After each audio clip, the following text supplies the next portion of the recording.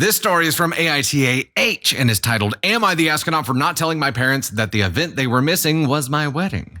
Buckle up, guys. This will be kind of long. So I, 27 female, have a younger brother, Mike, 21 male. He is the definition of a man-child and a mama's boy, always complaining, always expecting others to bow to him. Just overall, an asshole.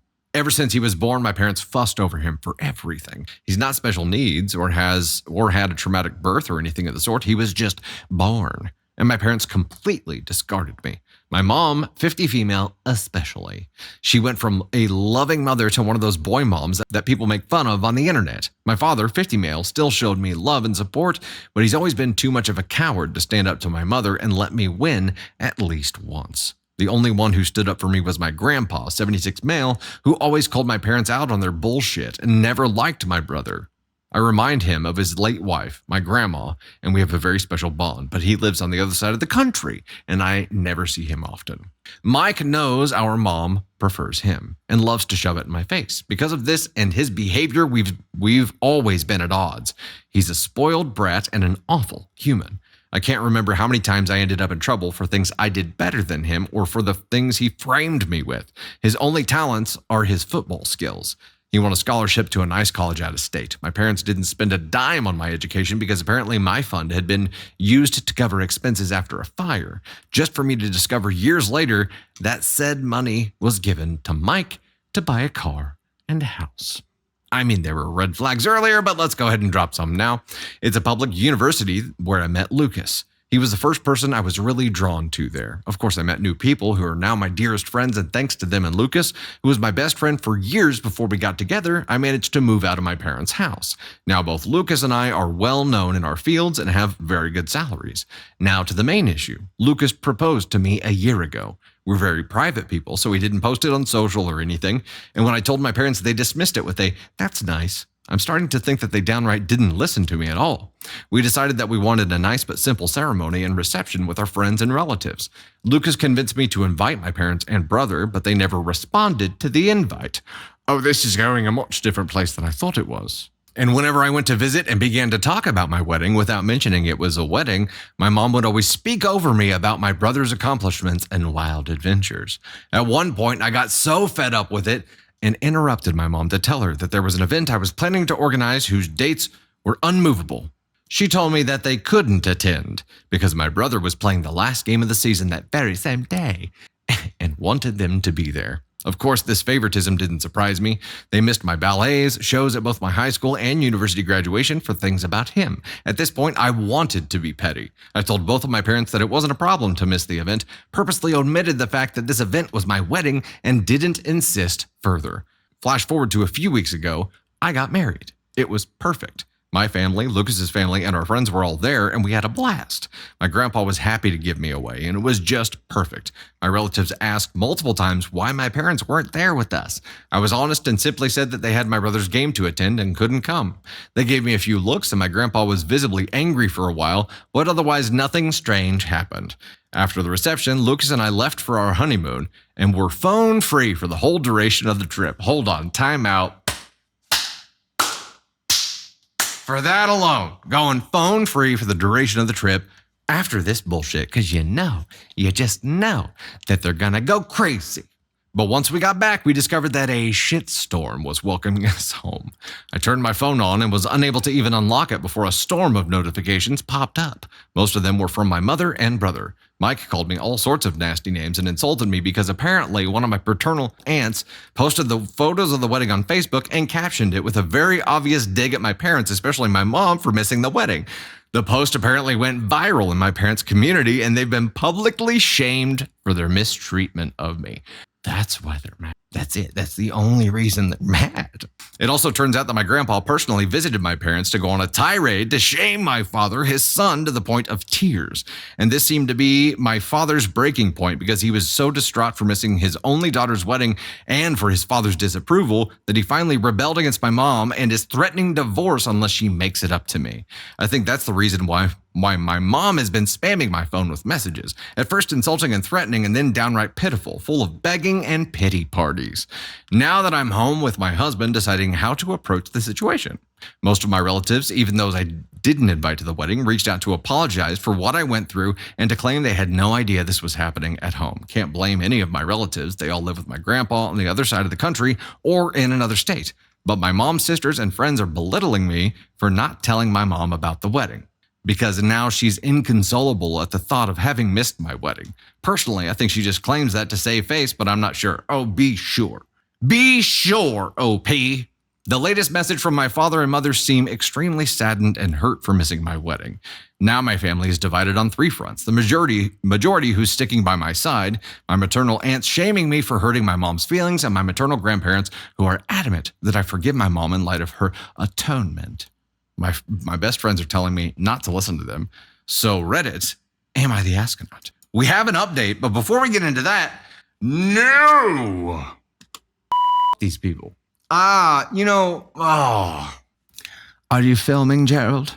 I'm getting ready to leave the voicemail where we say how sorry we were for missing it. Are you filming? Because we'll need this to combat that viral post on social. Are you filming? Yes? Okay, here it goes. Darling, we are so upset to have missed this special day. We must have been clouded by just a storm of information to have not realized what was happening. You must forgive us. We would never do this intentionally. I love you. Bye, sweetie. Call me back, please. Did you get that? Did you get it? Let's see how this bitch likes that. Yeah, parents. Have a nice trip, folks. There's even room for your son there. Ascon 1 is closer to the sun. And after all, that's all they give a shit about, right? That's it. Bullshit. Everything from here on out is just for show, OP. Once they got publicly shamed, that's the pain. That's where the pain was that created this change, which is all just for show, to combat the public shame. That's it.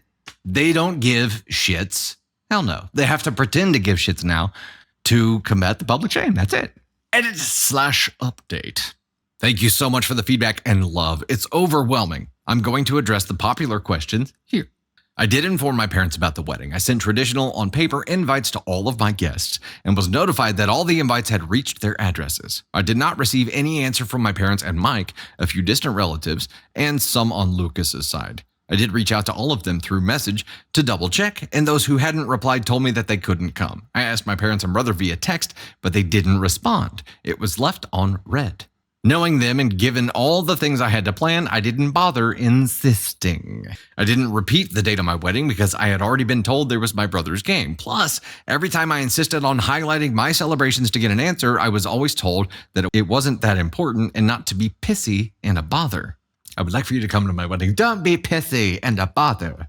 I just like to live like that because some things were simply more important than me. At this point, I think it's fair for me to not insist anymore. It's not worth the effort.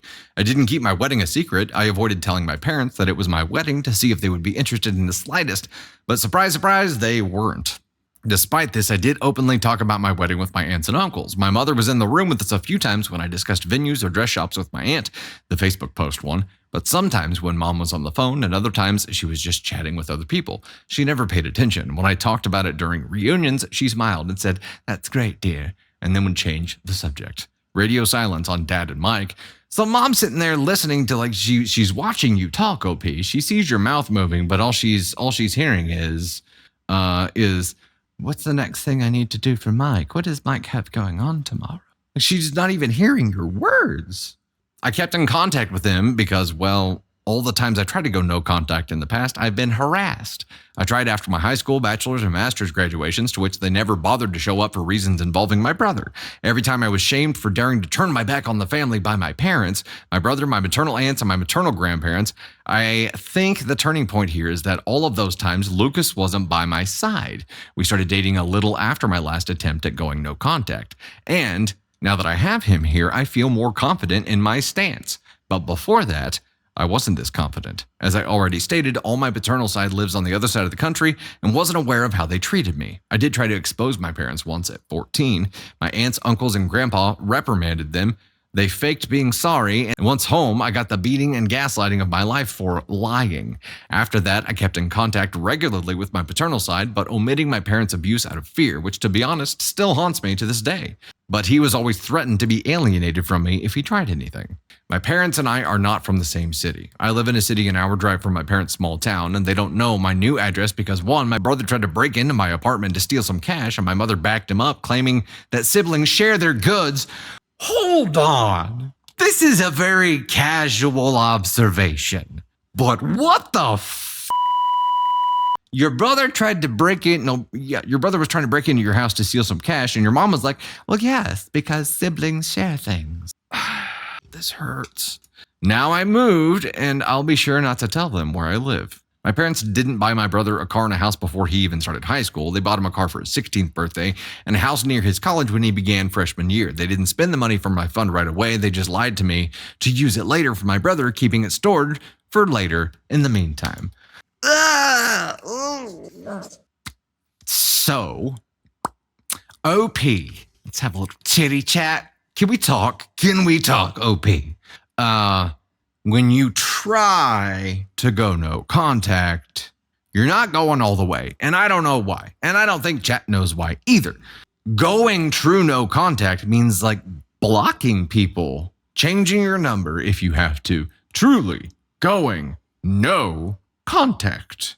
You tried to go no contact, but they harassed you and maybe them show. Like, I get it, but now you have the opportunity to truly go no contact. But you got to have to go all the way. You got a taste of it on your honeymoon. Sounds bad, but you know what I mean. It was 2 weeks, no phones. And how beautiful was that to not have them completely just constantly gnawing at your freaking brain and your soul. You can do that again. Block them, cut them off. No bullshit. You've got your husband by your side now, and I love that you feel more confident now with him. You're a team. You're a unit now. You can do this together. You can absolutely do this. And it is for your marriage. It's not about you anymore. Maybe this will give you the confidence to actually go through with it, to do it all the way. No contact, period. Because your marriage is going to be healthier if you do. Of course you'll be happier. But something has held you back from pulling the trigger on this to this point. Let's make it not about you. Let's make it about your marriage. Do it for your marriage. Do it for your children. Do you want your children to be treated the way that you were treated your entire life? Do it now to save them that pain. It is a much easier choice to make for someone else than it is for you. I understand that. So let's make it not about you.